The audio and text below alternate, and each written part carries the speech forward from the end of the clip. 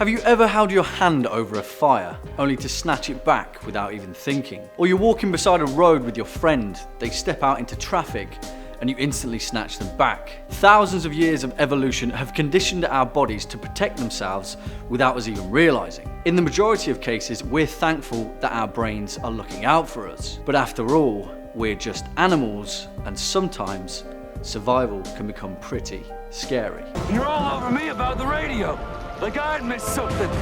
And where are these islands you told us about? It's simple dead reckoning. Guys, please. It's dead reckoning, all right. 'Cause I reckon we're dead out here. What's going on, guys? I'm your host, Jack Finch, and today we're going to take a look at 5 scary human instincts. Before we get started, make sure to hit that subscribe button and let us know how you're finding the new channel in the comment box down below. Kicking it off at number 5, we have eye contact. You may not realize it, but eye contact is an incredibly powerful force and is connected with humanity's earliest survival patterns. As we evolved, children who could attract eye contact from adults had the best chance of being fed and cared for. Today, newborn babies will instinctively lock eye contact with their caregivers, which has had a powerful impact in the adult mind. A huge part of this has to do with the whites of our eyes. Compared to the other 220 non-human primates, we are the only species that has evolved a large white area of the eye.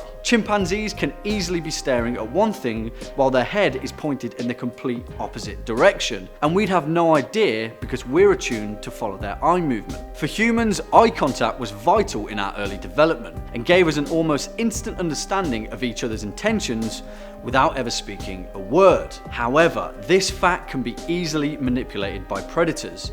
In the wild, if you lock eye contact with a bear or a silverback gorilla, you're pretty much mincemeat. Direct eye contact is seen as a challenge to the rest of the animal kingdom, but it's almost instinctively done by humans. So, the next time you're at a zoo, make sure to keep your head down and leave the staring contest for another time. Which leads us to our next point, number 4, fight or flight. Under cases of extreme stress, a response is triggered in the human body called fight or flight. It involves some pretty complicated hormonal shifts in the body, but the basic signs are an increase in heart rate, tunnel vision, dry mouth, and dilated pupils. The body needs to survive, and in most cases remove itself from danger in whatever way it can. But when the body can't run, some pretty insane things can happen. In 2003, Aaron Ralston went hiking in the Utah canyons. It was all going great until Aaron slipped near a ravine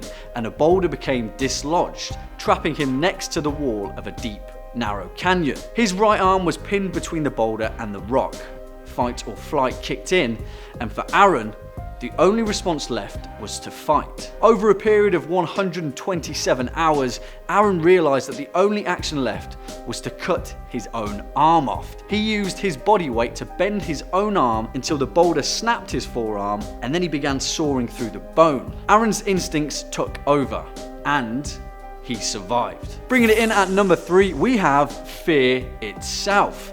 A deer in the headlights. We all know the classic image of a woodland creature freezing when they see imminent danger. But there's actually quite a few crazy reasons why mammals have a freeze response. Some believe that it's a last-ditch effort after fight or flight has failed to try and be left alone. If they can remain as still as possible, maybe that bear won't see them and maybe they won't be eaten. It's actually down to how your brain has been wired to survive through evolution.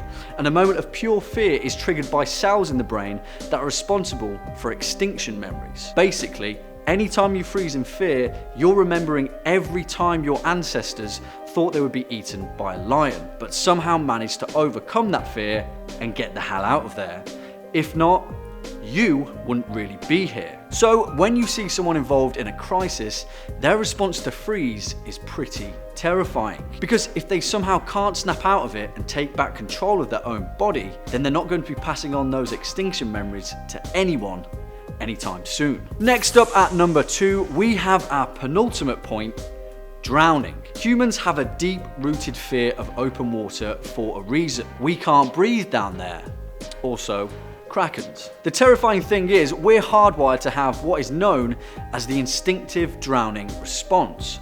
When a person finds themselves on the cusp of drowning, they enter an instinctive state of preservation. Movement becomes impossible, the person bobbing listlessly with their mouth level to the water. It's not like in the movies. The legs don't kick and the arms don't flail. The response is so undramatic that people often drown in busy bodies of water without even being noticed by other swimmers or lifeguards. Then an even scary response can kick in when being rescued. While the body is under a drowning response, when they grab something buoyant, that body will mercilessly hold on until it's safe. More often than not, this is the person trying to save them. This is why search and rescue swimmers are taught to punch a person straight in the face to knock the victim out before taking control of their body. There have been reports of both the drowning person and the lifeguard trying to save them slipping under the water, never to return, all because of the human body's instinctive response to survive. And finally, bringing it in at number 1,